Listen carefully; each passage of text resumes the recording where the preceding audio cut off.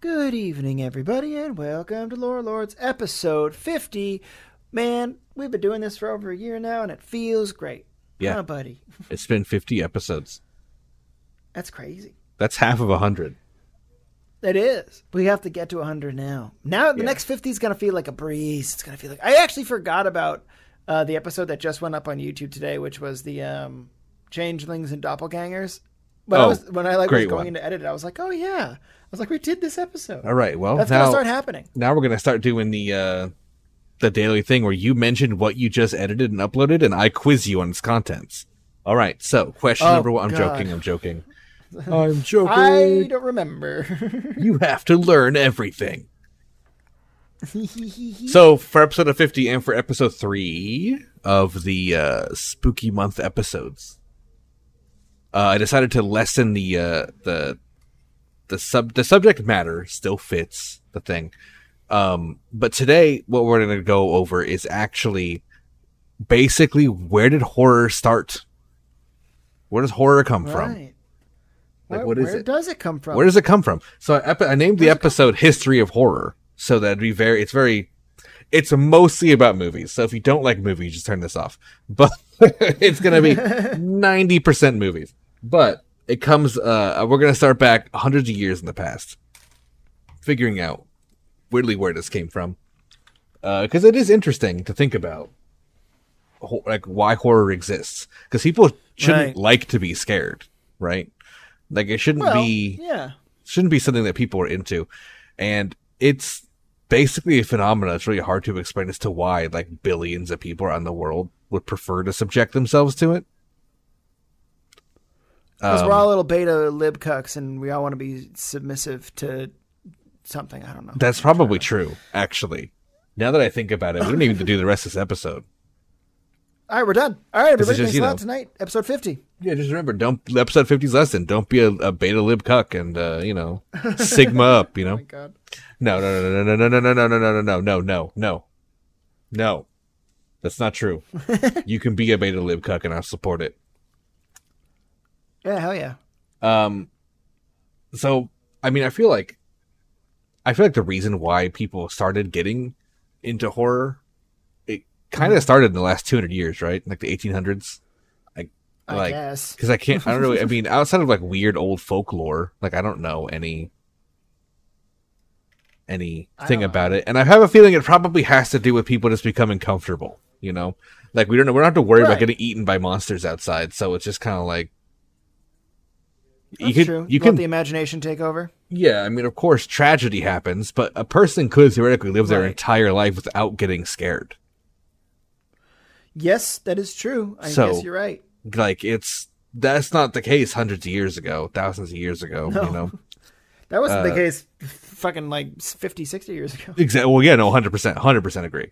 But, the last 200 years kind of birthed the genre that we call horror and entertainment. Right. And at its core, it's the idea of willingly being scared or terrified to the point of losing sleep over nightmares sounds like something you would never want. But folklore kind of predates everything as that we're talking about today. And as far back as we go, we've covered many things in the show already about spirits and monsters, hunting people, harming people, haunting people, basically in every culture. Right. And we've also mentioned that these are probably just stories to get people over the fear of the dark and the fear of anything, don't go outside alone at night, kids, that kind of stuff. We've talked about it before. There's morals. All right. That the whole point of these stories is to usually for kids.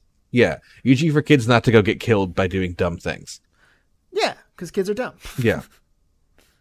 And over time, these stories do get twisted into legend and sometimes, religion.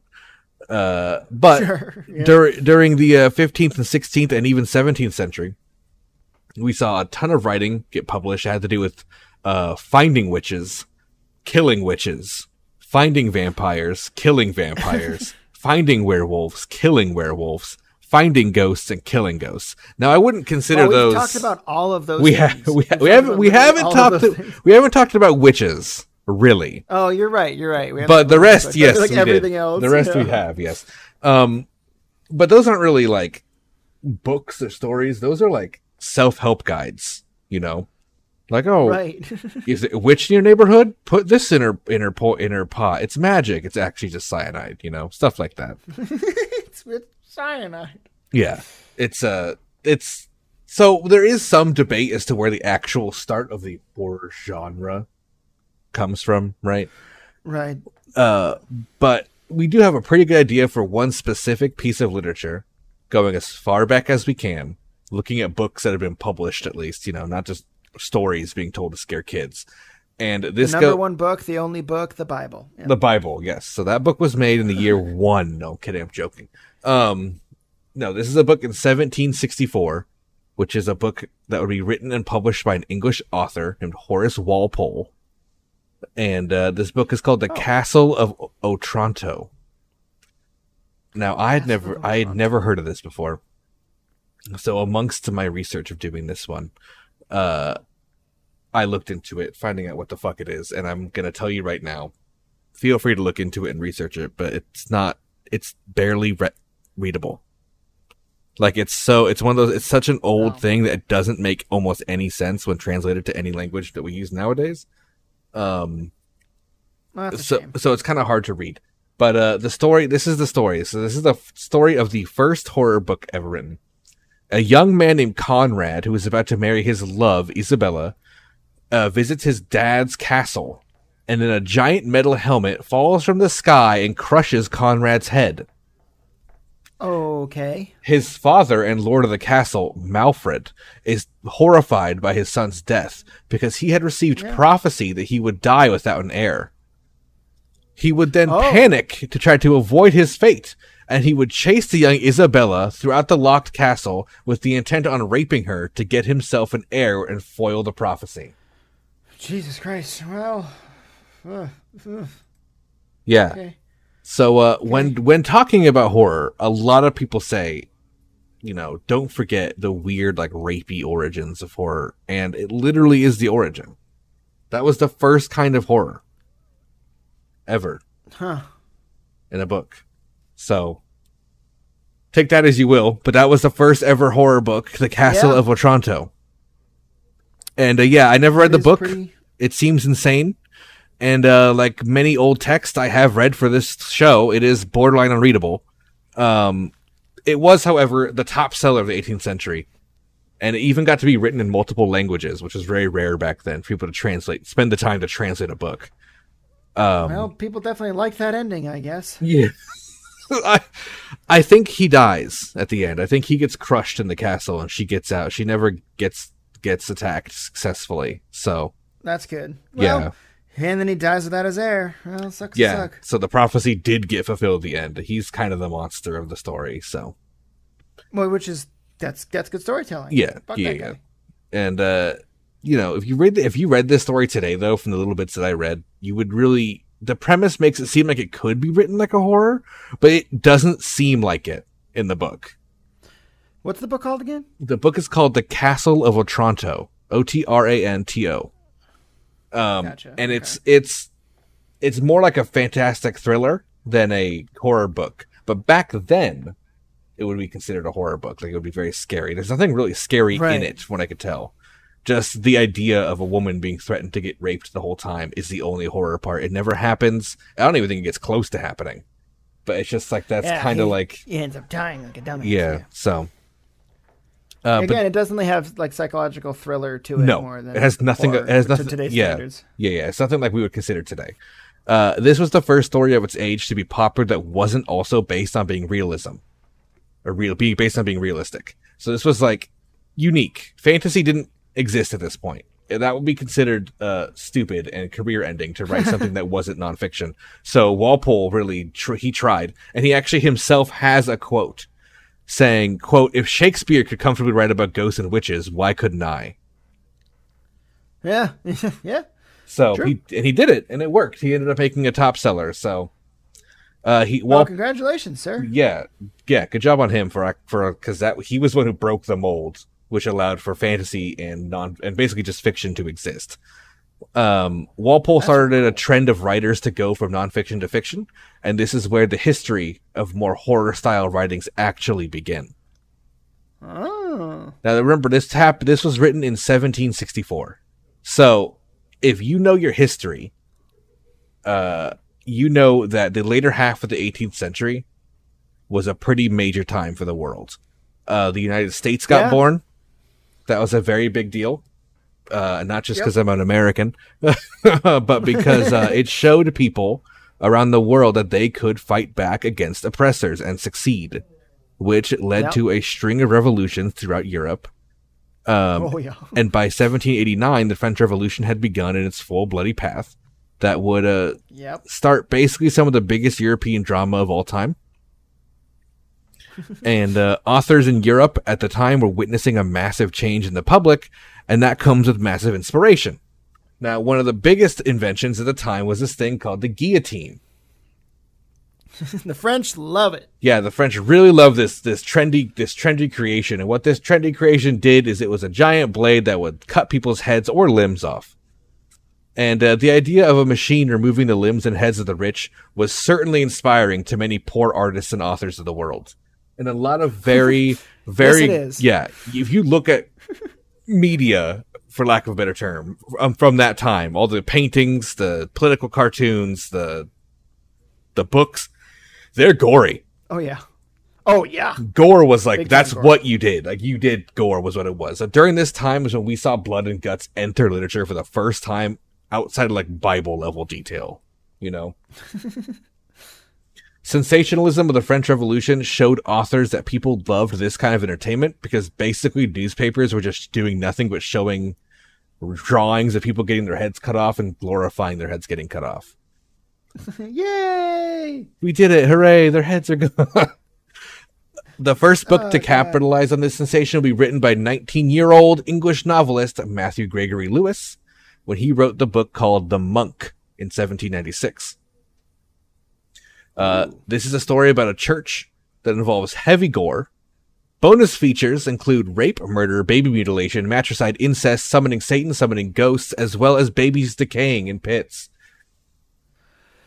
Wow, he went for it. That's a lot. That checks a lot of boxes. A lot of them are done, you know.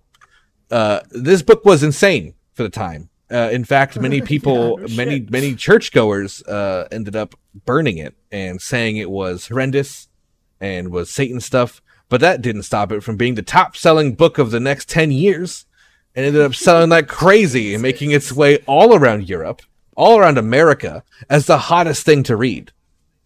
And this book there was two very opposite camps. I don't think that you read this nowadays in Christian school. I'm going to go ahead and say that. This book could have much more of a horror argument made for it than The Castle that we talked about earlier. Right. It even literally has ghosts haunting people. Like, it's got a lot of, like, very classic horror stuff going on. If you want to read it today, though, much like Castle of Otranto, it's basically just unreadable. Like, it's just still that very old, like, turn of the 1800s, like, 19th century style English that's almost just doesn't make sense. They use a lot of, like, mannerism in speech that we don't use nowadays. They used a lot of, like, metaphors that we just don't use nowadays that don't make sense. So it just makes it really hard to understand. Yeah, that's what happens with slang and stuff. Yeah, the slang is heavy in this book, and because it is, again, written by a 19-year-old.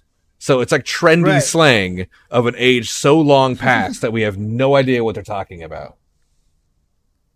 What the monk did do, however, was make it more acceptable to write these kind of things, because people now were like, well, even though the church hated it, like, it still sold. So, like, I guess we should go ahead and try to do it. And so the genre of horror, like, kind of officially started, because people started writing books about ghosts and demons and brutal deaths. And this is a more common thing. You could finally just find horror books. But there was a major shift in society again that was about to break into the world of literature as well. And that was the dawn of the 19th century, which changed a lot. Because we went from a society of basically wood place fires to coal burners, and industry became king, and the newest fear of man would show itself, And that fear, Pat, is science. Automation, baby. So, yeah, science was around, you know. It was a time of the early 1800s, you know. That was the very infamously known. Yeah, Industrial Revolution. You got scientists doing experiments with medicine for the first time ever. You know, that kind of stuff. And many experiments... Science. Yeah, I know.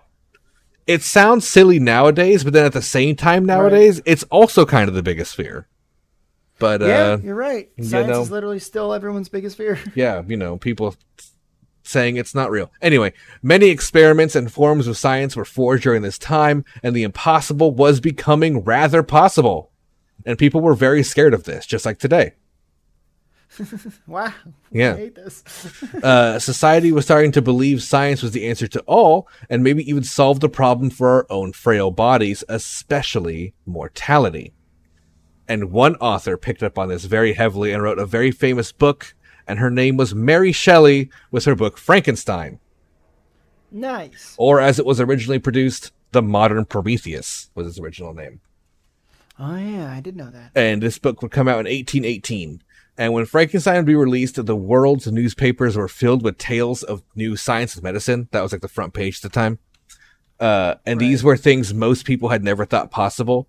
But a problem was rising, which was the medical industry was making the front page because the hospitals didn't have enough cadavers for students to learn on. Oh, no. So medical schools became very desperate, and grave robbing for the sake of getting a corpse and not like the loot they were wearing became a business. And people were... You gotta do what you gotta do. Were now, you know... Yeah, exactly. People were selling bodies left and right like no big deal. And almost no cemetery in Europe or America was untouched at this time. The stories were also published in newspapers, so everyone knew about this. Like, everyone knew there was a huge problem with corpse grave robbery. And this would be the inspiration for Mary Shelley's dark fantasy Frankenstein. Because today, many people see Victor Frankenstein's monster as the scary part of the book. You know, the big stitched horror. But that was not the intention, and it was not the horror received either at the time. The horror was actually Dr. Frankenstein. And the fact that a person would steal you or your loved one's bodies and stitch them together into a horror. That's what the intended monster of this book is, not the actual monster, right? Yeah, if anything, the monster, it's sad because they're just, you know, didn't ask to be born. Yeah, it's a sad story with the monster, but nowadays, you know, people look back at Frankenstein and see that as the scary part.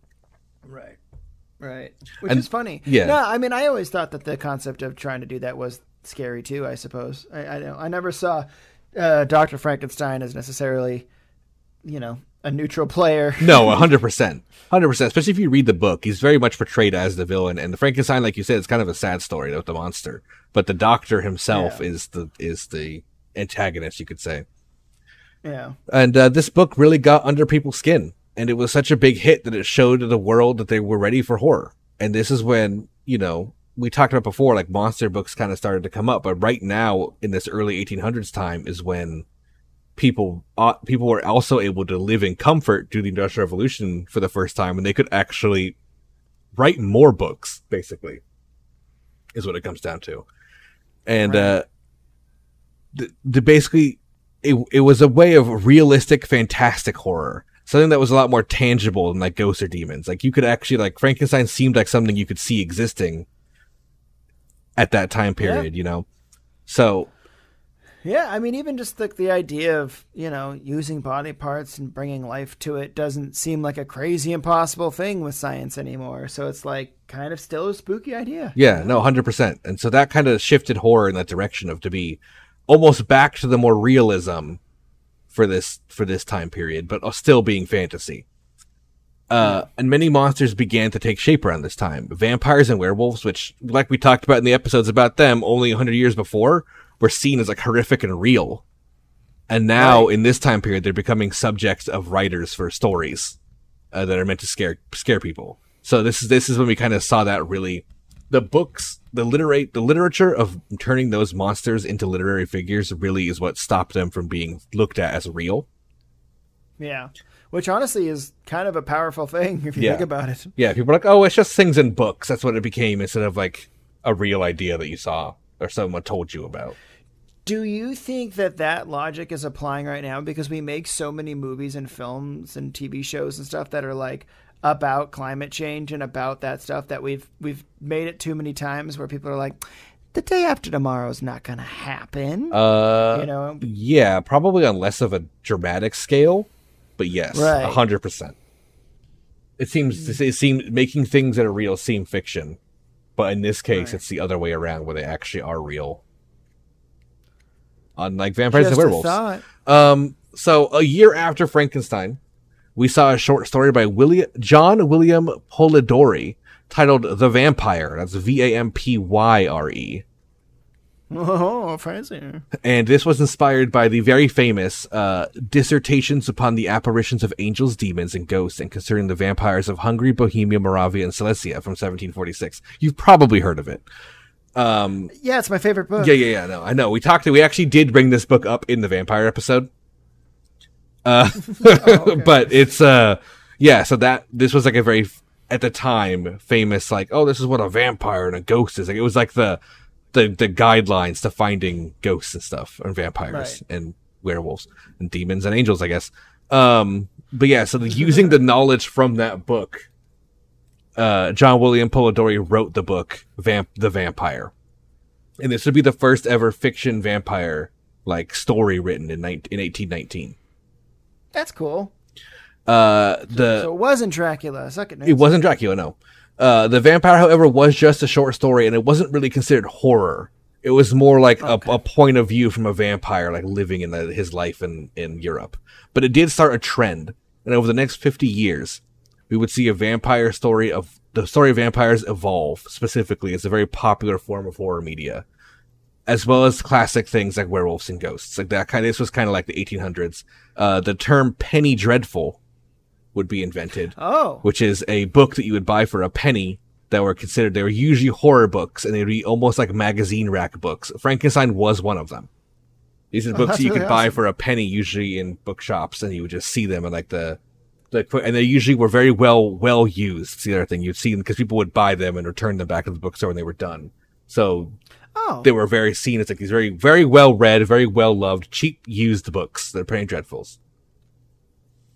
And nice way to do it. The second one that we would really see that would pop off after Frankenstein would actually be one that really sticks out in the horror genre to this day. There has been movies made of this, not as much as the other big vampire we mentioned, but this one is still big. Written by Joseph Sheridan Le Fanu, called Carmilla from 1872. I was gonna guess Blade. No, that's a couple 100 years later. Do you know what Carmilla is? No. Carmilla is it's a wild book. So Carmilla made huge waves in the world of not only horror but just writing in general, because the book featured a lesbian vampire as its protagonist named Carmilla, who sexually desires a young girl and uses her vampire powers to seduce the girl's mother. This is getting freaky. When the mother falls ill, that's sad. When the mother falls in love and lowers her guard, and then she starts to get ill, Carmilla steals the daughter and abandons the mother. Now, for the sorry, Stacy's mom, you don't got it. I don't know if her name is Stacy, but it'd be very funny. For the Victorian age, this was one of the most scandalous novels of all time, as you might imagine. Oh, I'm sure. It was full of horror elements. It had sex, and especially lesbian sex, being on the forefront. Even at the time, books didn't have cover art a lot, but artists did make cover art for Carmilla, and it did show two women embracing. And that was like, I'm sure. Like, what? Like, whoa. Dude, we're going to have some titty on titties. Just remember, this is 1872. This is like Civil War era that this lesbian vampire book came out. So people who talk about hot, sexy vampires. Yeah, people talking about sexy vampires being a current thing, like, fuck yourself. No, it's not. They come from that. Yeah, literally always been a sexy thing. Yeah, always been a sexy thing. So the author actually only escaped persecution because he was in England, and the Church of England thought he was chill, like, didn't think it was satanic possession to be like writing that. So he was like, they tried to come after him, but he got away. He was fine. Jesus Christ. I still try to do that shit, but now it's seen as such a joke when somebody's like that. It's just like, fuck off. Oh, yeah, 100%. Nowadays, it's not serious. But back then, it could have been a serious thing. Late 1870s, not that serious. Like, we were already pretty much over that part of life, you know? Which is why I think nothing came of it, but, like, he probably got scared a little bit. I'm sure. Vampires weren't done, however, because we can't go on without the most famous vampire of all time when Bram Stoker wrote Dracula in 1897. Blade. So when Dracula was written 26 years after the release of Carmilla. The difference between Dracula and Carmilla is that it's not so much a standard vampire tale. Like, Dracula isn't actually that much there isn't that many vampire stuff going on in Dracula, if you ever read it. It's mostly a serial killer investigation. It's like a mystery novel where the antagonist happens to be a vampire named Dracula. There's not like modern versions have really upped the vampirism of the story, of course. Right. And of course that does have a whole showcase of Dracula and his abilities, but like it doesn't like focus on it as much until later when they start to realize like, oh, this isn't a normal killer, it's a vampire kind of thing. Right, which is probably a really cool twist. Yeah, it was a big book in its day, of course, obviously, because it still is now. And Dracula is mostly inspired by Jack the Ripper, because he was headlining newspapers worldwide at the time. It was about 10 years after their killing spree. But and people at the time in the newspapers were forming vigilante groups that basically would recruit war veterans and honestly criminals to hunt down Jack the Ripper, which is basically the plot of Stoker's Dracula. Oh. So, you know, it's a bunch of Dracula's killing people and a bunch of people rise up and get a vampire hunters and stuff like that to go kill him. So it's a very similar idea. And many a bunch of dumb jackasses, or they, you know, like are they trained in some way? No, they're not. They're not trained. One of them is a professional investigator, and then Van Helsing comes along later in the lore, but not at this point. Oh. Okay. Many consider Dracula to be the first horror novel of today's standards, which I can kind of agree with. It has a lot of things in it that are like, you know, a lot of stuff that everything we've talked to kind of culminates in Dracula. Sure. It had Gothic period romanticism. It had shocking scenes. It had blood. It had blood drinking. It had supernatural fantasy elements. It had a monster. It had mystery. So it kind of hit every note, and it really succeeded on that. And another important thing to say is that each of these books has been directly inspired by reality, if you noticed, as we've been talking.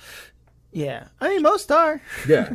But it's a good thing. Because that's what I was going to say, is that still to this day, a lot of horror is directly it's very like, it's easy to compare to current events, I should say. Yeah, of course. I mean, that's where inspiration comes from. It comes from the information we gather from reality. That's art, baby. Yeah, and that's still the case today. And you can say that about a lot of modern horror movies and even books today, and kind of compare them to things happening, even if it's not super obvious. Once the connections are made, you kind of go, "Oh yeah, huh." And the late 1800s, we started to really see horror explode. That was the era of the Penny Dreadful, when they kind of like we really got these like tons of just horror books being pumped out, and they were all kind of these little stories, usually taking place in modern time, you know, of that 1800s era. And some of the biggest works we got, of course, Edgar Allan Poe. Can't go without referencing that guy. Huge American poet and novelist. We're going to talk a little bit more about him in a bit, but I didn't want to like make it. I could make a whole episode about him, especially the conspiracies about him. So I don't want to do that here. Poe, yeah. So Poe's great. When I was living in Boston, I went to go see like this play that was just a bunch of his like short stories put up, and it was like fucking so cool. Yeah, his stories are still being made today. Just like Bram Stoker's Dracula. It's things that will never be forgotten in the history of horror. The Strange Case of Dr. Jekyll and Mr. Hyde was a very famous book released in 1886. That's again another famous Penny Dreadful story. In 1890, there was a huge development that happened that moved horror in a way that put it into what it is nowadays, which was the development of the motion picture. Mm-hmm. in 1896, which this is a year before Dracula, mind you, a man named George Millay would direct a film titled The House of the Devil, and this is considered to be the first horror film ever made. Cool. Now, of course, this is silent. House of the Devil. There's no audio back then. Yeah, The House of the Devil. It's got a ton of different names. That's its most common English translation is House of the Devil. And the film would be considered lost, actually, until 1988. Wow. Yeah, so this is a French movie, and it was considered lost after in the early 1920s. There was a thing where a theater company wanted to show in their theater like 20 silent movies, and it was going to start with this one, and they couldn't find it. And they're like, where's our copy of it? Like, we should have it. And then no one had it. No one knew where it was. And so it kind of got like maybe someone disgruntled employee either destroyed it or stole it over the years. Like, just no one knew what happened to it. And in 1988, of all places in the world, it shows up in the New Zealand Film Archive building. Wow. That made a long distance, Yeah, bud. so it Jesus. somehow managed to get to New Zealand. So That's kind of a spooky story all in itself. Yeah, so we don't know what happened with this thing. And you can see it now. It probably was like this. stolen, and then like somebody would like maybe the disgruntled film employee like moved on and went to go teach or something. And, yeah, I could see it either being stolen or like put in a box and taken somewhere where it wasn't supposed to go. Probably had nothing to do with the building, like put in a truck somewhere or something. And then it's ended up changing who knows how many hands till one day it ends up in New Zealand. It's so funny, dude. It is the thing about it is New Zealand is probably one of the most like far away, isolated countries to like everywhere. So it makes it it makes it crazy that that's where it was. That's why I think it was intentional. Like, it very much could have been. Yeah. So this film is, it's a series of images and small live acted bits that shows a bat transforming into Mephistopheles, one of the devil's strongest demons, who then raises an army of demonic entities from a cauldron who prank two men who enter the castle. Ha, pranked you. Yeah, wicked sick pranks, dude.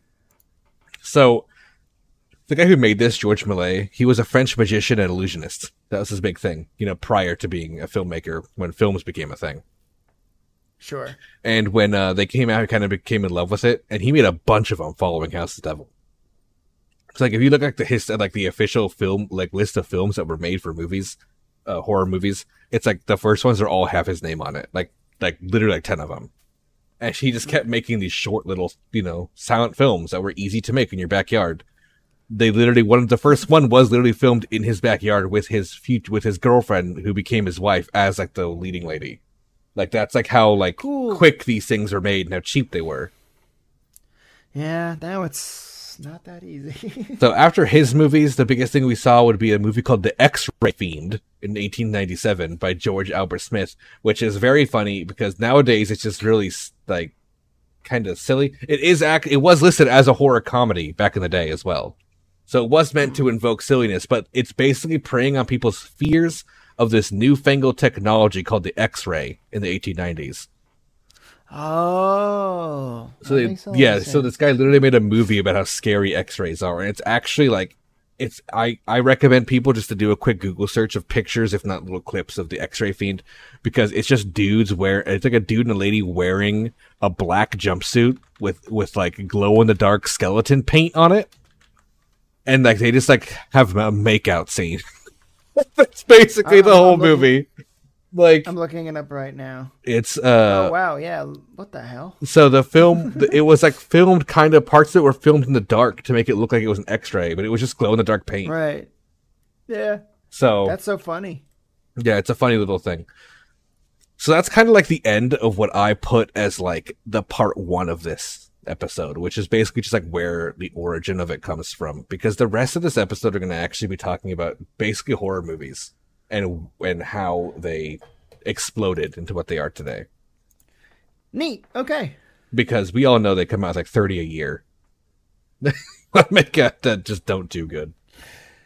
Yeah, I mean, I was about to say horror genre is probably one of the biggest letdown genres today because of how much garbage just comes out. Yeah, just recycling. The horror greats are rare. They're few and far between. Yeah. And like, Jordan Peele is a great example of a director nowadays who's making great horror films. but most of them just Right. can't I only follow one, up. but So yeah, the 20th century of horror, really. This is where we saw horror genre explode to what it is today. The start of the era during silent films, we saw this was like the Wild West of films, which is actually one of my favorite like history pieces of movie history to look at, is this time period, just because there was like not really copyright. right. And like and like trademark didn't really exist as much, or if it did, people just didn't care. And I mean, I imagine back then it's so hard to monitor. The only reason why we have it now is because we have archives and data. Yeah, and it was so hard not only to monitor that, but movies could be made like in a weekend back then. Kind of like we just said, like people literally just casts of movies were usually 4 to 5 people. Even if there was 30 characters, people would play like 10 characters a piece with just like hoods on or big hats on or like mustaches. You know what I mean? Like they would often be one woman playing every female in the movie. Like that was, you don't have to pay as many people. That was, yeah, it was that, as well as the fact that there's what acting off of stage wasn't a career yet. Right. So like it wasn't like this was such a new kind of thing. And production was just hectic and crazy. And another common thing is you would see like 5 of the same movie come out in the same year, because people would base movies off of books, and then they wouldn't talk to each other, and you would just see these movies come out, and you would get different versions of the same thing like multiple times. Again, coming down to like trademarks and rights being much looser at the time. Yeah, since the industry wasn't huge yet, I bet like copyright, like the registrar's office probably didn't give that much of a shit. They're like, whatever, we got books to focus on right now. Yeah, and also like, again, the movies were so easy to make, and one of the biggest reasons they were so easy to make is there was no audio. It literally was just turning on a camera.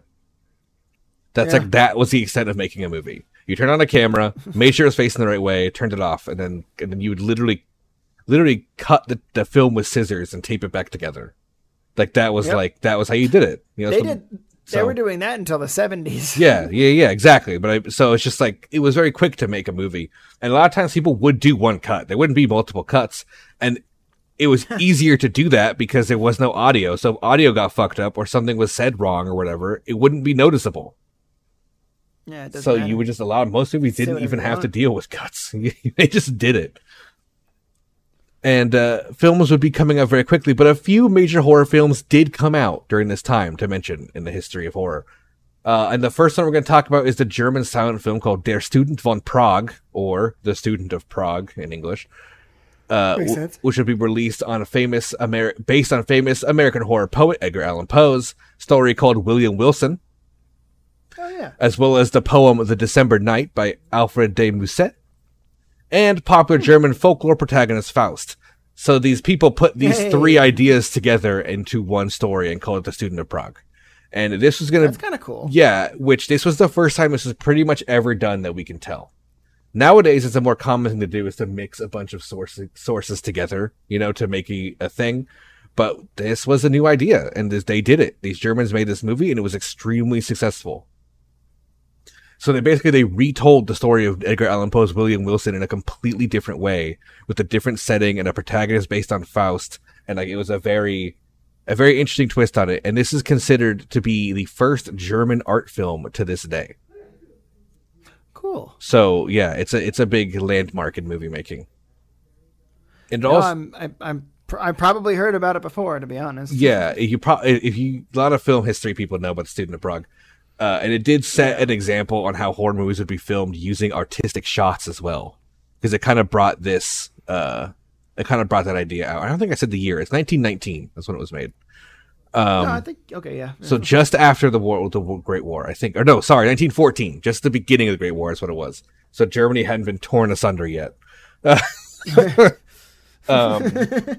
Which is important to note. That was the German mindset at the time. Like, I think it's a big cultural important thing to note. This is a pre-World War Germany film. Yeah. Or start World War Germany film. In the 1920s, 3 different versions of Dr. Jekyll and Mr. Hyde would come out, which is another great example of how things were just made very quickly. Sorry, not in 1920s. In 1920, in the same year, 3 versions of Dr. Jekyll and Mr. Hyde would come out in movie theaters. And this was like this is also an example of the post Great War film era, because this is when movies started booming and Hollywood was founded. So all around the world, Germany, England, and America, and France were kind of the powers of filmmaking.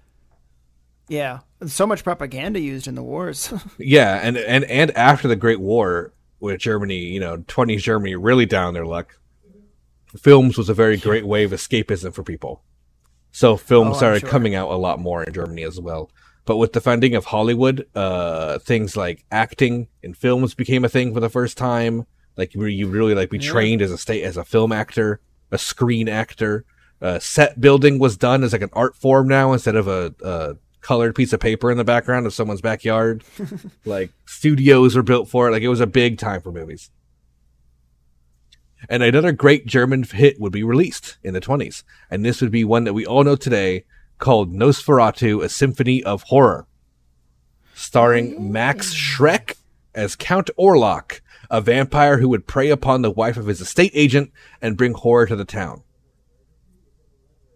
Nice. Dude, So Nosferatu, yeah. Big ups. Spooky as heck. What a scary character. Yeah. Like as a kid, that thing scared the shit out of me. And when you learn it's post-war German, it makes a lot of sense. Yeah. And a lot like The Student of Prague, this would be based on already existing literature. And this is actually an unofficial retelling of Bram Stoker's Dracula. The story follows the exact same notes as Dracula, the exact same pace, and the names of the characters and the location names were changed, and this was done for copyright reasons. However, the filmmakers did officially announce the film as an adaptation of Dracula. Oh, okay. Well, at least they said it. Yeah, so they never hid it. They're like, yeah, it's Dracula. We just changed things to be copyright free. So this was also credit where credit is due. Yeah, and this is also important to know because, like we just mentioned, copyrights were now becoming a thing. This is the time that copyright and trademark in movies really became a thing. Who owned what IP became important. And it's about time. I mean that's basically how it happens. It gets too big to ignore. Yeah, it's too much money to lose is what gets it noticeable. Right. Like we could have made money off of that. So Nosferatu made major waves, and while it was a retelling on Dracula, it did focus more on the horror than the criminology and investigation sides. And Nosferatu, if you don't know what he looks like, he's got like a lot of like bat-like features. Like he's got pointed ears and claws, and he's got no hair, and like fangs coming out of his mouth all the time. Like he's a lot more monstery looking than like Dracula. Yeah. His sunken, hollowed eyes. Yeah, he's meant to be a lot more of a scary figure who can't hide out looking like he's normal. Yeah. And in 1927, Bram Stoker's Dracula had a Broadway play run that was a massive success. So due to this, Universal Studios would purchase the rights to both the play and the novel of Dracula. And work on a film would start, starring Bela Lugosi as Dracula. And then it would end up releasing on February 12th of 1931. So this is, of course, the famous Bela Lugosi Dracula film. It's the black and white Dracula film that many people still show in theaters today. Like I think on Halloween they're doing it at the Hollywood Cemetery this year. They're doing a big Dracula showing. In LA, there's so many like indie theaters that play classics. All these movies. Yeah, they play classics, yeah, everywhere. And there is, while we talked about Penny Dreadful as a novel, as a book term, there is definitely a Penny Dreadful movie field as well. And this is, the number one. These classic films that just like, they're still good to watch. Like, it's an enjoyable movie. Like it still is today. Like it's a very solid film. And it's in black and white, and films like then didn't rely a lot on any kind of effects. So it's all very practical, which actually makes it still hold up. Because it's such a practically made thing. Yeah. And because it's filmed in... We've learned recently that we like practicality. Yeah. So. Yeah. Oh, 100%. Star Wars. And because it's filmed in old film, it's able to be up-res to 4K. So they can look really good, too. So the commercial reception of Dracula was cited as not only uniformly positive, but laudatory for the first time in film history. So... basically what that means is this is the highest rated film of all time. at this point. People were like losing their mind over how good Dracula was. Yeah. It was the Avengers of the time. Yeah, it was the Avengers of the 30s, and and it was like, I mean, it was such a big thing, and it was scary. People did get scared. It was a horror film. This is the first like real horror film, I would say, was Dracula. And since the reaction was so big and unexpected, Universal knew they had to continue making horror films. It was like, okay, let's keep going with this. And just to this day, you know, like I mentioned, it's easy to watch Dracula today, and it's cemented in film history. It's available to watch in a lot of places. So if you haven't seen it, I do recommend watching it. And the follow-up film, which came out the same year, titled Frankenstein. Dracula 2. No. Frankenstein. So, just like Bela Lugosi was launched as it was launched in Dracula, he would return in this film Frankenstein, and it would also star Boris Karloff as I think he's the one who played the monster, while Bela Lugosi played Dr. Frankenstein, I believe. I'm not sure 100%, but Karloff and Lugosi are a famous horror acting duo from this era that you'll see all over the place in horror movies at the time. And the movie did very well. Frankenstein just followed right in the steps of Dracula, making just as much money as Dracula did, making just as much waves. And so they continued again, making a 1932 Universal giant hit, The Mummy. Now, wow, they just kind of knocked out all the greats, didn't they? Yeah, they just so, I mean, so Dracula and Frankenstein, those are greats, right? But The Mummy is original, which is different. This is the first time they really had an original film. It's inspired by a lot of things, but it wasn't based off a big book like Dracula or Frankenstein.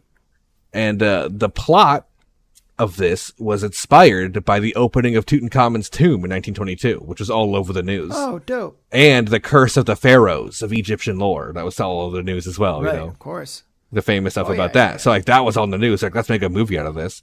So, it takes place in 1921, when an archaeological expedition goes to Egypt and encounters an unexpected, resurrected mummy named Imhotep, who's an Egyptian high priest.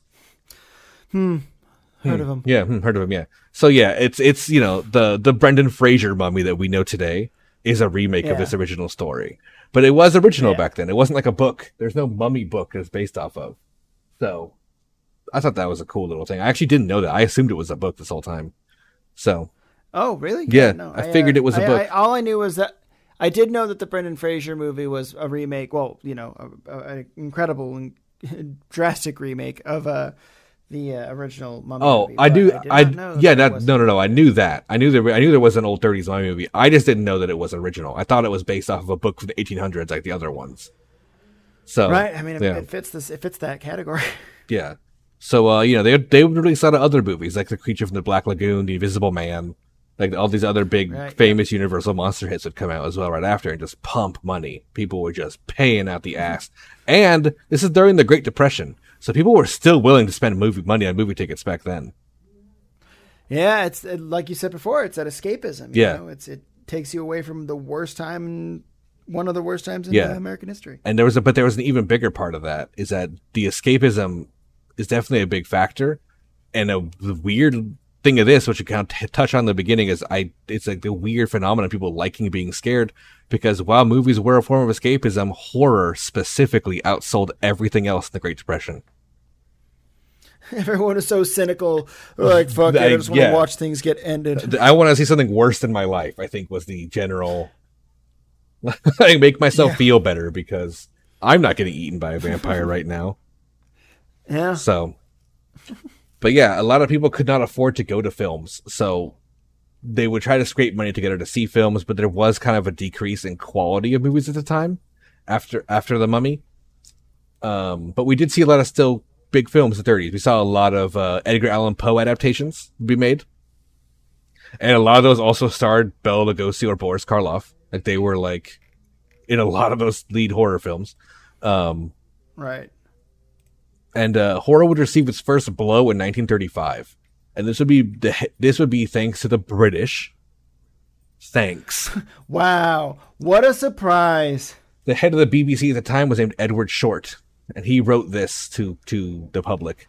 Although a separate category has been established for these horrific films, I am sorry to learn they are on the increase. I hope that producers and renters will accept this word of warning and discourage this type of subject as far as possible. So, the BBC basically tried to cuck horror as much as they could. Yeah. And the UK was a huge part of horror films for Hollywood sales. So, of course, they listened. Much like another country today that has a lot of economic power in Asia. And so, they would take this warning. They would take this warning seriously, and horror began to decline, and the number of produced horror films out of Hollywood would drastically go down in the year 1936. However, at the end of the decade, with a lack of films to release, theaters would re-release films like Dracula, Frankenstein, and the Mummy, and they would sell extremely well. What a surprise. And so this showed Universal that the British might be wrong and might be overreacting, thinking that people won't go to movies, and realizing, you know what, there's a lot more Americans than British people, so we're going to make horror movies again. Hey, it's true. We got much more land over here. So in 1939, they released The Son of Frankenstein, once again starring Bela Lugosi and Boris Karloff, and starting a new resurrection and resurgence of the horror genre. Yay. And this would keep going on throughout the 40s. So we would see a lot more, like, in the 40s, the horror stuff kind of returned. A lot of sequels, a lot of stuff like The Son of Frankenstein, Son of Dracula. I don't think there was Son of the Mummy, but there was multiple mummy movies made in the 40s as well. I do like the idea of England at the time being like, we are still a mighty power. We have this control. And then America goes, no. What if no, though?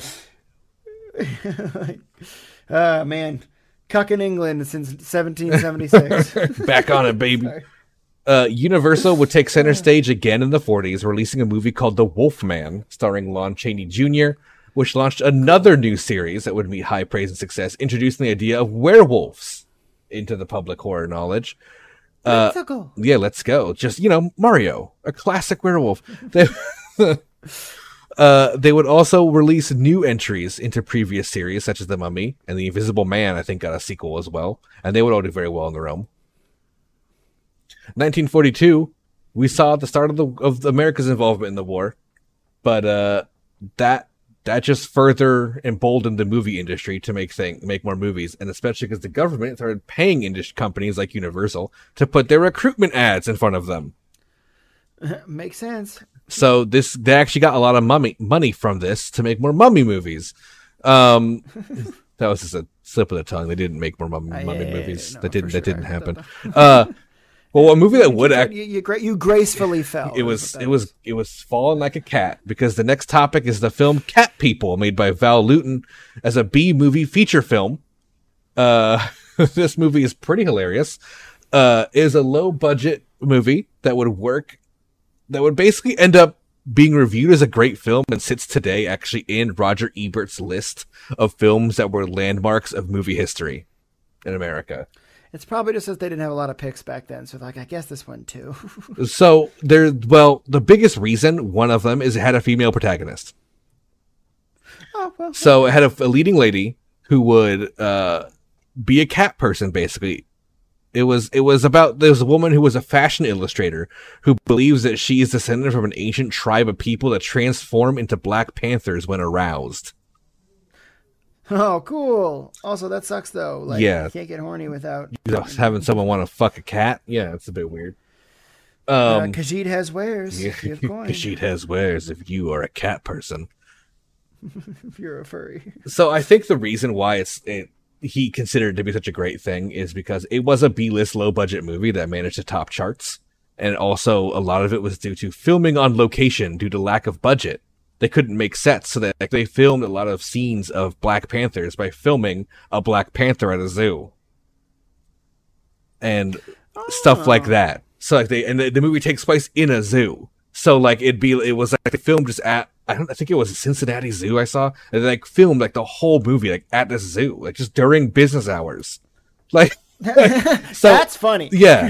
So it's I was expecting them to shut it down or something. No, it's really weirdly made, because it had such a low budget, but it showed that can be successful. And so filming on location became a lot more of a popular thing to do for even, A-list films. Oh, yeah. Oh, for sure. The film would be copied to this day with a theme of a female lead who thinks or does, in fact, turn into a monster. That's another huge thing for horror movies to this day. It also was filmed in heavy shadows, which gave it a very dark look, which would also start a trend of horror movies using less light in their films.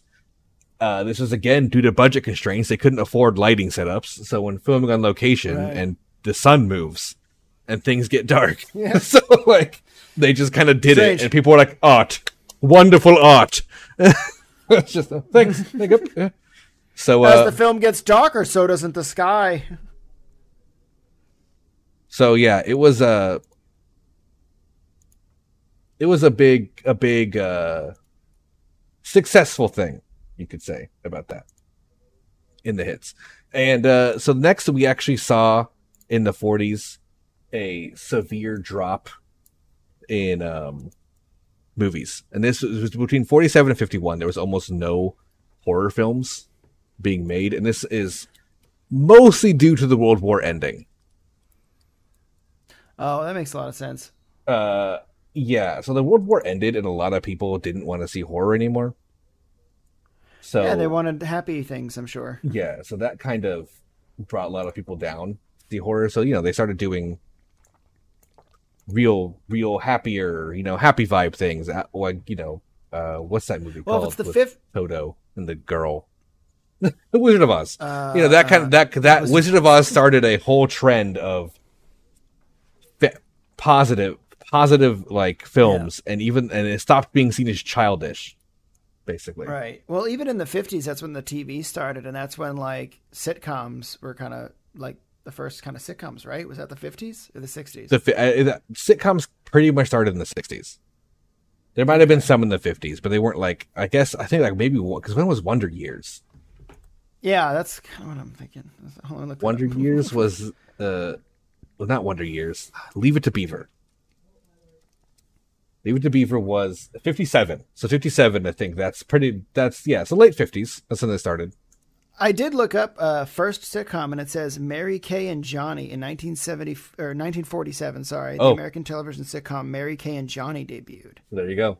We got 47, which is when horror stopped being popular. So yeah, exactly. That was that checks out. People want happiness instead, and the violence and horror, lingering effects of war in people's mind. They don't want to see it, like we said, and this is the time that because movies aren't being made in horror, the only horror you could find would be re-showings of the Universal monsters, basically. Sure. That was that's what it was.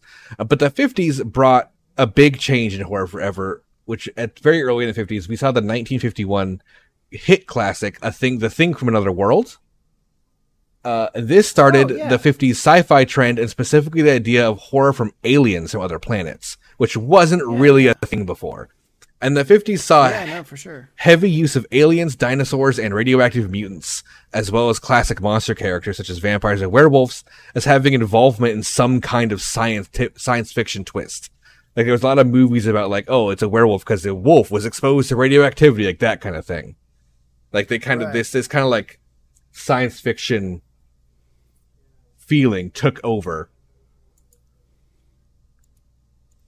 And the 50s would then see in the late 58, we saw The Curse of Frankenstein and the movie Dracula again being released, but this time they would be made in the UK under the Hammer Film Productions Company, and they would star two actors that would continue on from this point forward being major horror icons, which are Christopher Lee and Peter Cushing. Oh. So yeah. I know. I thought it was Cushing. Peter Cushing. Peter Cushing? Yeah, Cushing. Sorry, I put an R in. I think it auto-corrected me into R because it says Cushing. It says Peter Cushing right below it. The next sentence. I was just Peter Cushing's General Tarkin. Peter Cushing, Tarkin and Admiral Tarkin. Grand Moff Tarkin. Pat. Grand Moff Tarkin. And my bad. I'm sorry. Count Dooku. These movies would be made with by Hammer Films. At the time, would be seen as their rival to Universal. They still make movies now that are just a lot quieter than they were back then. So they brought Frankenstein and Dracula to the age of color, which was a big deal. So there was now a color version, and it was done in a lot quicker of a pace. So it was a lot more of a, a younger audience could get more behind it, and it really revitalized horror in the end of the 50s with this, the classic horror that we know today. Yeah, no, 20 years is perfect time for a remake, I guess. Yeah. Or 30 years. So the 60s also had a huge horror intro, which was actually based on which also, just before I continue, there is actually another thing I would like to mention, which are three major books that came out at the end of the 50s, which was Haunting on Hill House, which has been remade multiple times as a horror film. Yes. I Am Legend, which is a movie that came out at the end of the 50s, a book that came out at the end of the 50s, which really was the first book to kind of show people a virus being the monster that transformed people into monsters. And then 1959, we saw a book come out called Psycho. Oh, yeah. Which just the next year, in 1960, Alfred Hitchcock would release as a film. So that was when that kind of came out and exploded all over, the zeitgeist, and people really liked it, and everyone was super into Psycho. And Alfred Hitchcock, is a very, very famous director, and very famous for making horror. So he worked with Universal for the movie Psycho, and that was a huge hit. And then a couple years later, we saw the movie The Haunting by Robert Weiss, which was another huge, famous ghost movie. And there was two other major films that came out in the late 60s for horror, which the first one is Roman Polanski's Rosemary's Baby. Oh, yeah, Rosemary's Baby. Never saw it because I got scared. Yeah, that movie terrified me as a kid. Yeah. That's a scary movie. It's basically just about Satan being the Antichrist being born, and what this movie did for the culture was bring back religious horror. So, like a big that's a pretty big thing for everyone to get into. Now, another big thing that came out after this is something we also all know, which was a movie by a guy named George A. Romero called The Night of the Living Dead. Oh, yep. So, saw that one. Yeah, this really set a new attitude for horror films in general. It broke a lot of taboos in society as well for having a black actor as a lead character. Also questioning authority and questioning the government and thinking they might not always be right. Right. And also, on top of that, zombies. Yeah. So this was the first time. This is where they come from. Is this movie, 1968. Yep. Now, I know zombies are an old thing in different lore, specifically voodoo or hoodoo lore, but like the one that we know today comes from George A. Romero's Night of the Living Dead. Yes. So that was a big thing. Another big thing I'd like to mention is giallo horror, which do you know what that is? No. That means it's basically Italian horror movies. And they have their very own type of horror movies. A very famous one is called Suspiria, which got remade not that long ago. But Gabagool Spookums. Yeah, the Gabagool movies, as they call GHOUL, came out in 1960 by Mario Bava's Black Sunday. That's the movie that launched the Giallo horror. Is that how you say it? Okay. Giallo. I don't speak Italian, but yeah.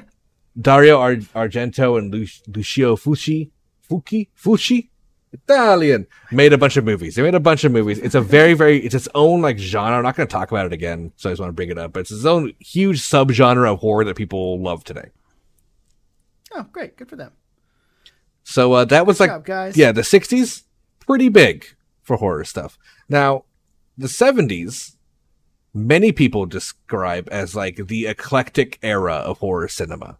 This is like when we got so many different major directors that we still have making horror today, started in the 70s.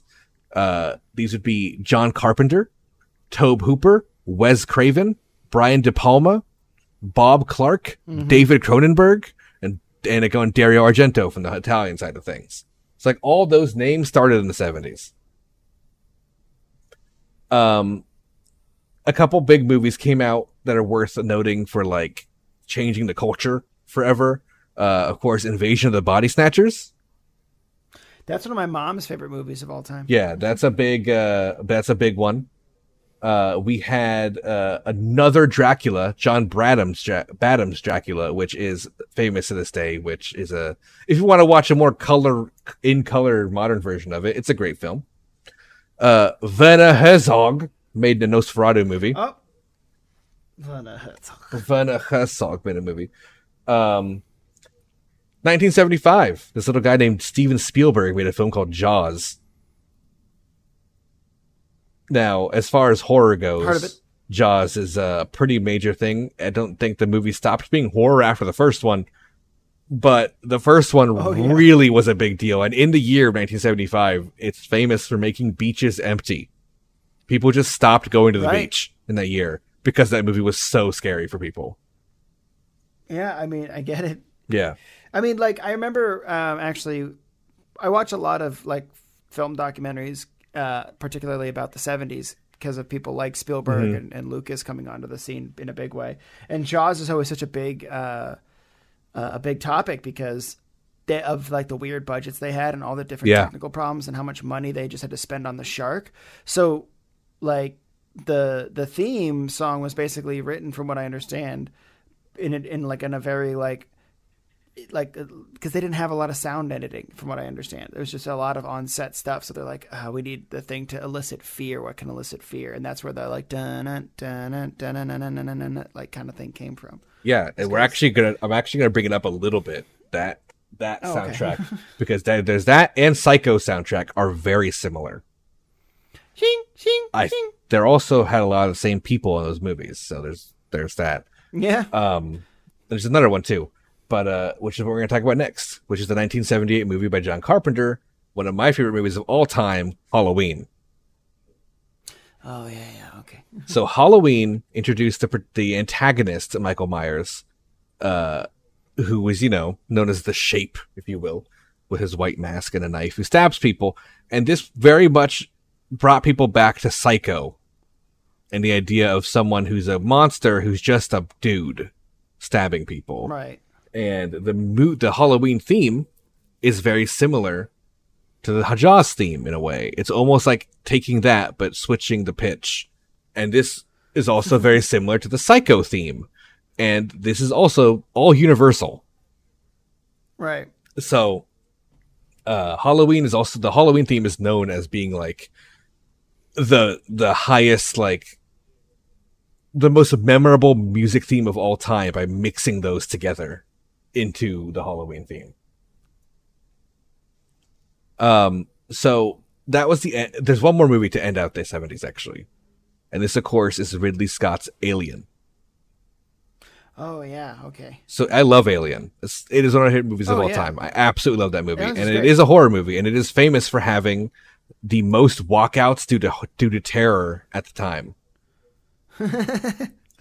It's scary for sure, even today. Even today, because definitely it can actiony today, but yeah. Today, like the Alien movie, watching it in a modern way, you definitely can get scared. But you kind of are more used to the kind of subject matter. But back then, the whole chest burster scene, where the alien bursts out chest, freaked people out so much in the theater that there was reports of massive walkouts. And also, this is very famous because the actors didn't know what was going to happen. Yeah, that's right. So when they filmed that scene, it's all a real reaction to the dude falling on the table and doing that.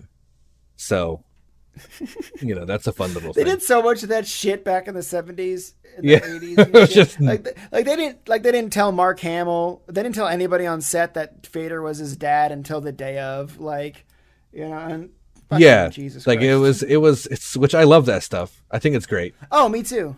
Except for the one with The Shining and that poor actress who got abused by, who is the director of The Shining? Kubrick. Stanley Kubrick. Yeah. Yeah. He went a little fucking, great movie, but he went a little fucking crazy with her. Yeah, that wasn't okay. But yeah. Again, great movie though. So now we're gonna go to the 80s. 80s horror, man. Let's talk about, in my opinion, the golden age of all things horror. So yeah, for a lot of things, but all things horror. But it did actually start off with a very bad side of horror, which is the video nasty event. Have you heard of the video nasty event? No, what is that? So this was a thing known as the video nasties to a lot of people to this day from the UK, where basically like they outlawed horror. Okay. Like they made it like illegal to show certain things, like certain levels of gore or just quote unquote terror in films. So it became illegal to own horror films, and people would actually be raided and have their video collection seized by police. And they would even be jailed sometimes for owning certain things. What the fuck? Where was this? This was 1980s in the UK, or at the beginning of the 80s, started 1980. If you look up video, if you just look up video nasty, you'll see the articles about it. Like it's That's crazy. Yeah, it's a crazy thing. And what this did was I never heard of that. This really inspired people to like try to like be less risky in the 80s with their horror movies, and a lot of cheesy horror exists because of the video nasty movement. Oh, that's where the cheese horror really comes from. And the other side of that is safe horror, as it's known, which is literally just Stephen King movies. There literally became a fad where people would just like be like put a blindfold on, be like this one, just pick a Stephen King movie on a shelf and make a movie out of it. And this, of course, includes The Shining. This includes movies like Carrie, Children of the Corn. Oh, yeah. You know, stuff like that. These movies that he's very famous now that, you know, are made of that kind of stuff. And they're not like too scary. Now, Stanley Kubrick's Shining came out in 1980, and it was a very, very popular movie at the time. And it's one of the biggest things that it did was take a source novel material and just change it. Right. Like, it's just not the same as the book, like at all. So, that's fascinating. I never read the book. I did either. But the 80s also saw the birth of three of my favorite movie franchises of all time. Of course, Friday the 13th, introducing Jason Voorhees. Nightmare on Elm Street, introducing Freddy Krueger. And Hellraiser, my favorite of them all, introducing Pinhead.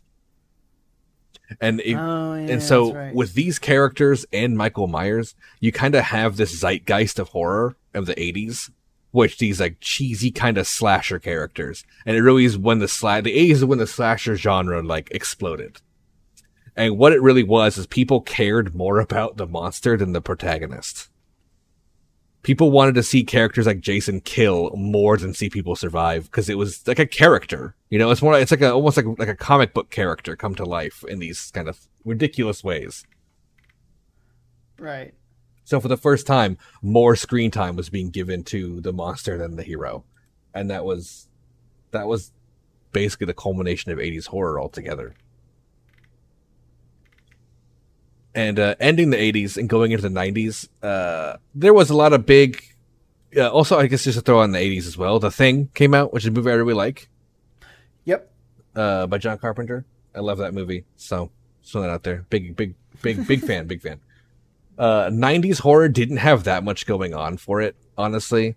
We saw a lot of independent filmmakers, like Quentin Tarantino and Kevin Smith, Sure. leave the genre of horror, where they kind of come from that genre in that era. So horror kind of became like not very a time. It wasn't popular to make horror in the 90s, early 90s at least. That all changed in 1996 with a movie originally titled Scary Movie, and then changed like a week before releasing under the name of Scream. Now Scream, I've heard. yeah, heard of it. Pretty popular movie franchise, still coming out today.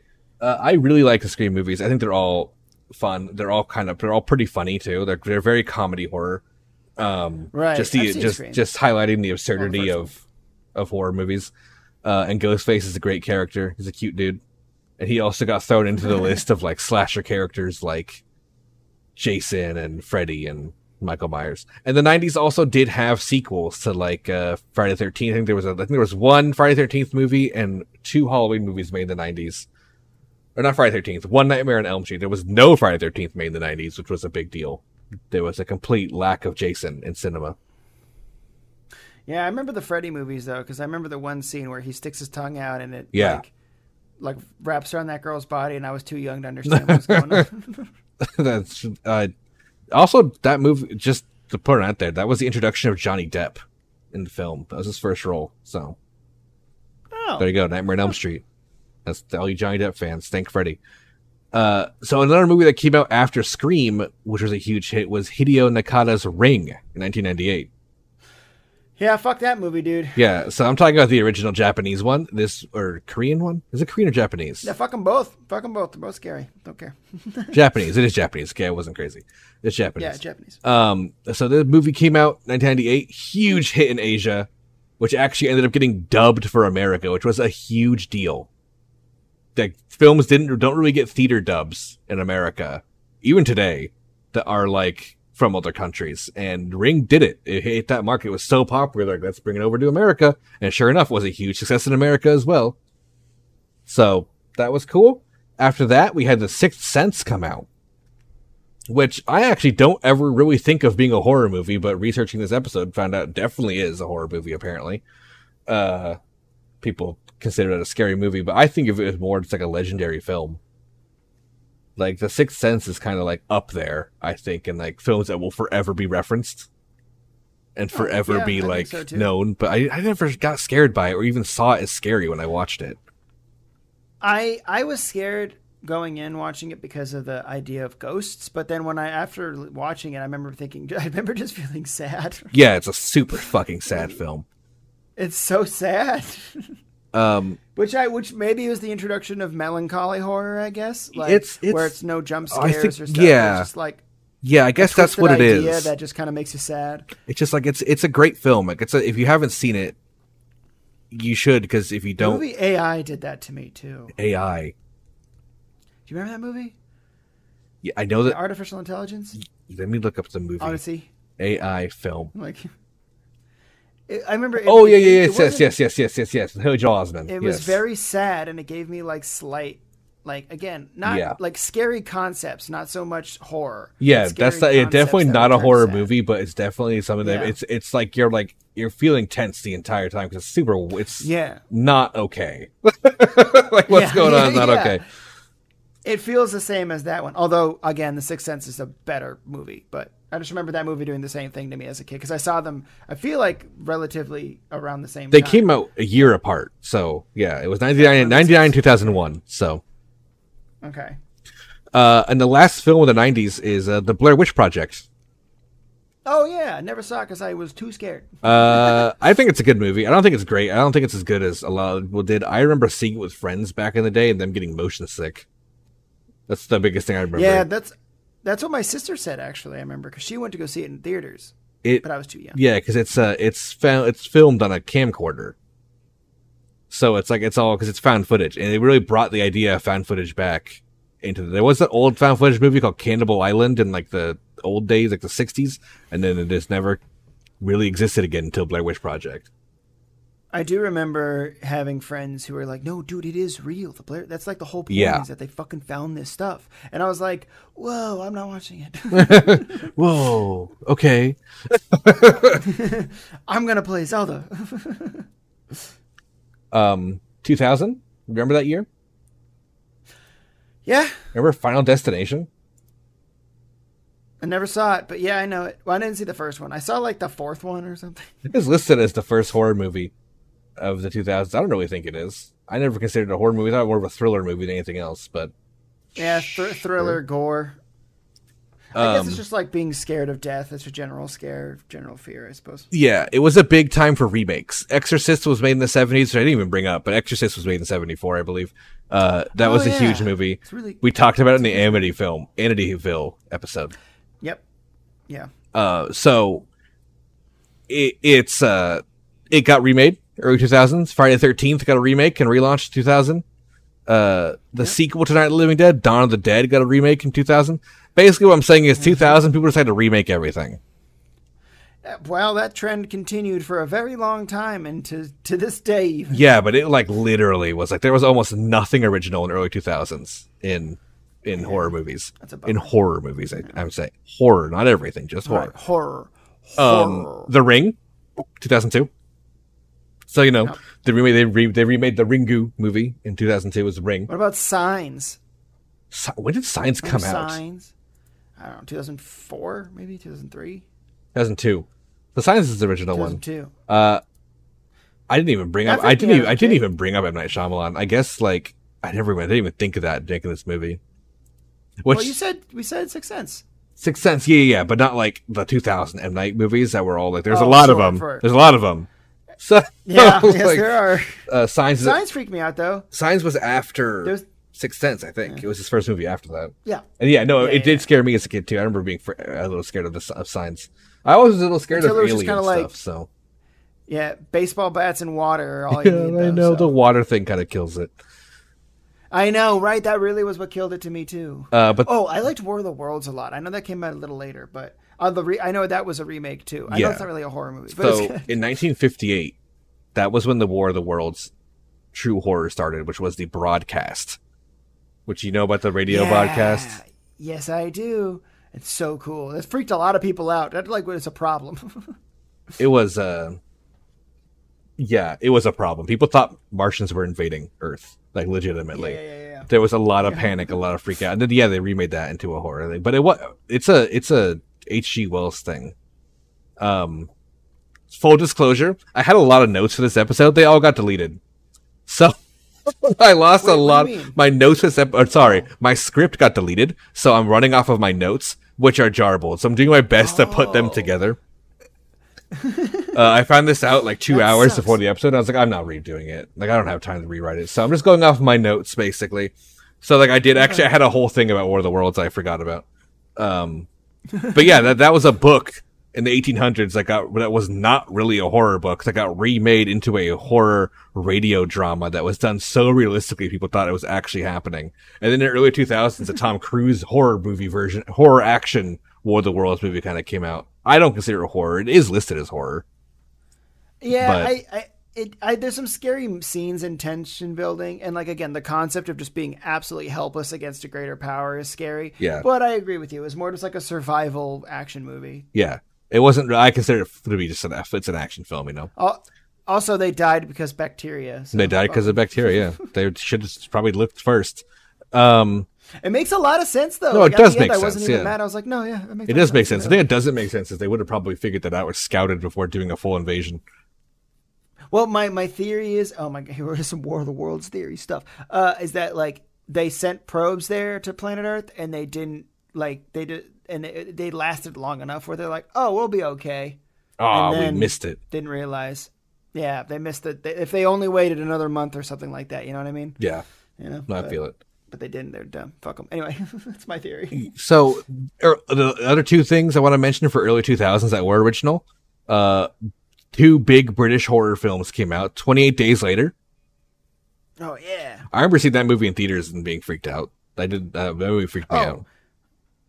I didn't see it in theaters, but it did freak me out. And then another horror comedy, 2004, was Shaun of the Dead. Love that, though. Yeah, great movie. Funny movie, but it is like legitimately a horror film. It is a zombie horror film.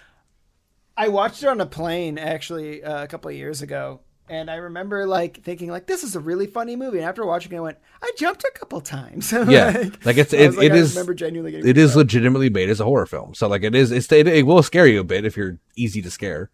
Right, and I had my guard completely down because I was like, yeah, it's funny. Yeah, it is a very funny movie.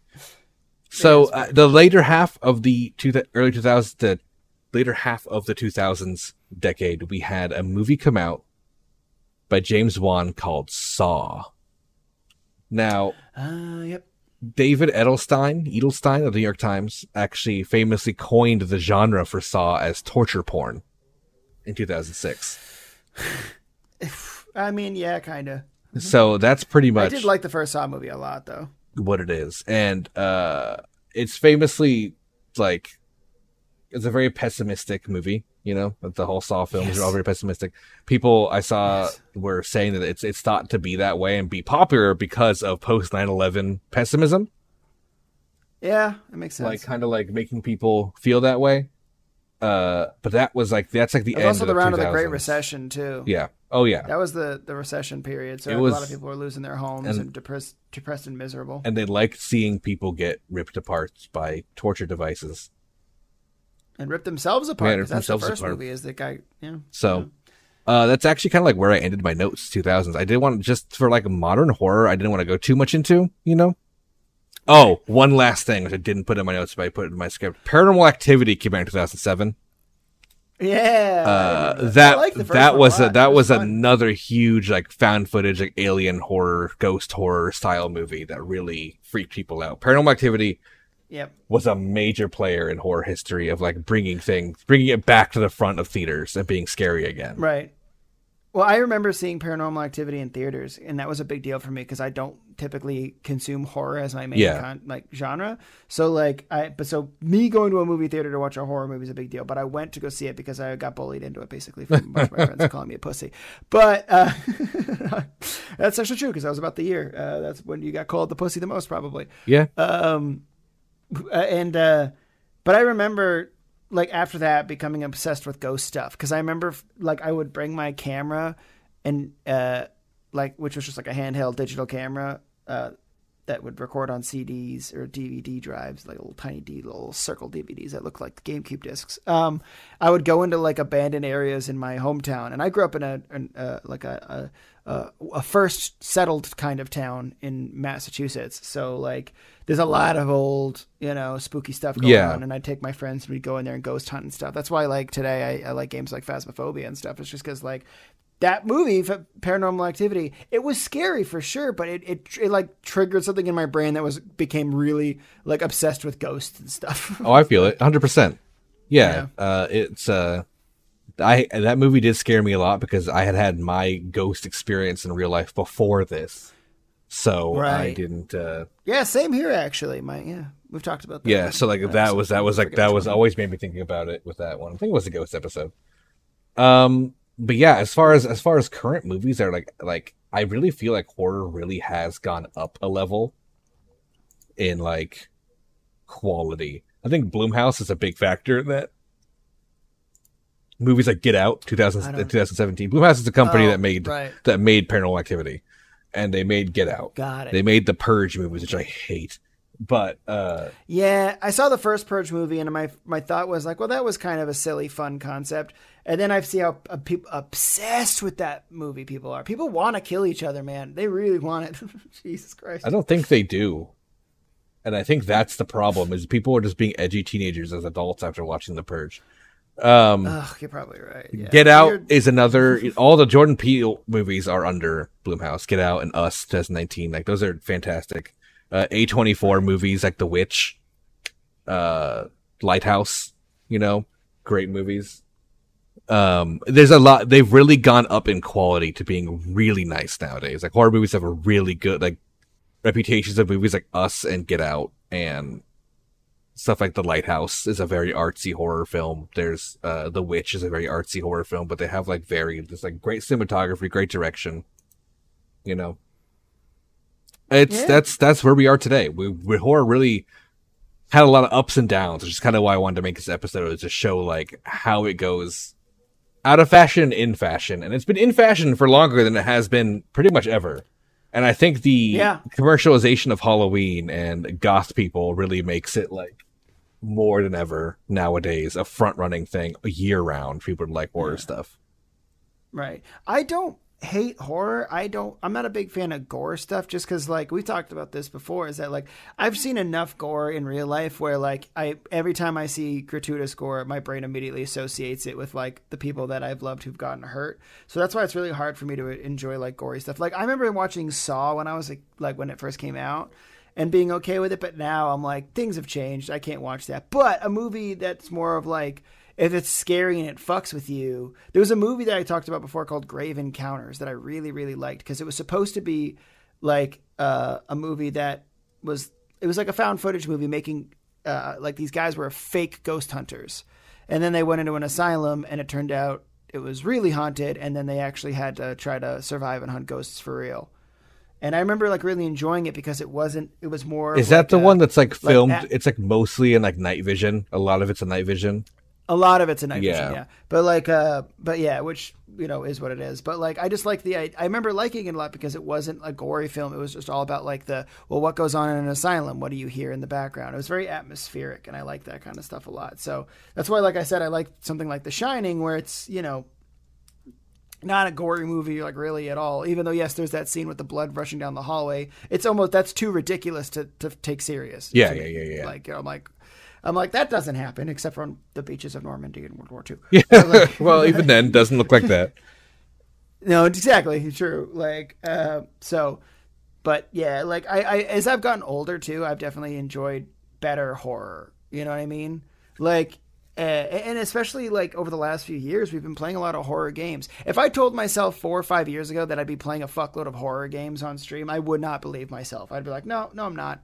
Like, no, you're not. You hate horror stuff, and now now Phasmophobia barely scares me. Yeah, well, you get used to it the more you play the horror games and stuff like that. And it's the same with horror movies. And also, in my personal experience, playing horror games is way scarier than horror movies. So if you get used to horror games, you can probably just start watching horror movies, and they don't bother you anymore because you're not it's more like being an observer and less like a game where you're interacting with it. You know.